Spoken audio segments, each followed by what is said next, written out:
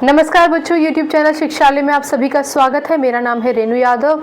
कोई भी एलिमेंट किसी दूसरे एलिमेंट के साथ क्यों कंबाइन करता है, केमिकल रिएक्शंस क्यों होती हैं, उसके क्या कारण होते हैं, आज के लेक्चर में हम ये जानने वाले हैं। बहुत ही सिंपल लेक्चर है, कुछ चीज़ें आपको पहले से पता है, मैं आपको थोड़ा सा रिवाइज कराऊंगी ताकि जो नए स्टूडेंट्स हैं वो कनेक्ट कर पाएँ।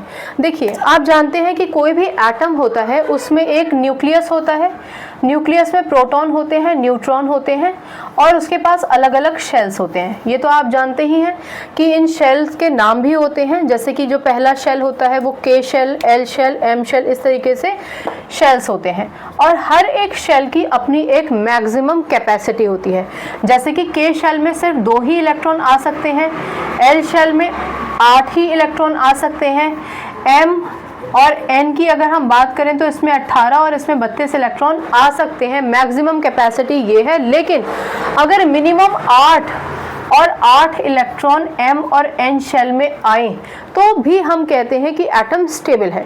स्टेबल का क्या मतलब होता है? स्टेबल का मतलब होता है एक ऐसी पोजीशन किसी भी एटम की जहां उसको ना इलेक्ट्रॉन लेने की ज़रूरत है ना इलेक्ट्रॉन देने की ज़रूरत है, या सिंपल शब्दों में उसके आउटर मोस्ट शेल में जितने इलेक्ट्रॉन होने चाहिए उतने इलेक्ट्रॉन हैं। 1 मिनट, ठीक है।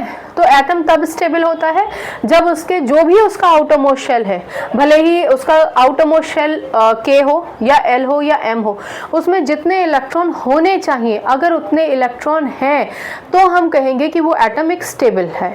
और ये स्टेबिलिटी गेन करने के लिए ही कोई एलिमेंट दूसरे एलिमेंट से रिएक्ट करता है। एक मेटल नॉन मेटल से रिएक्ट कर सकता है, नॉन मेटल से रिएक्ट कर सकता है, ठीक है।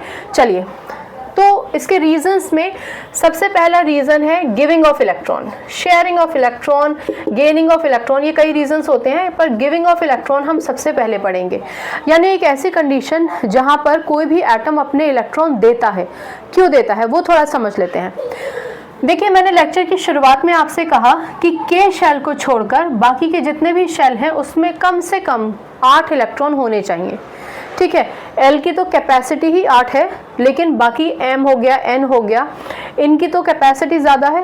पर अगर ये शेल भी किसी भी एटम के पास है तो कम से कम 8 इलेक्ट्रॉन उसके पास होने ही चाहिए।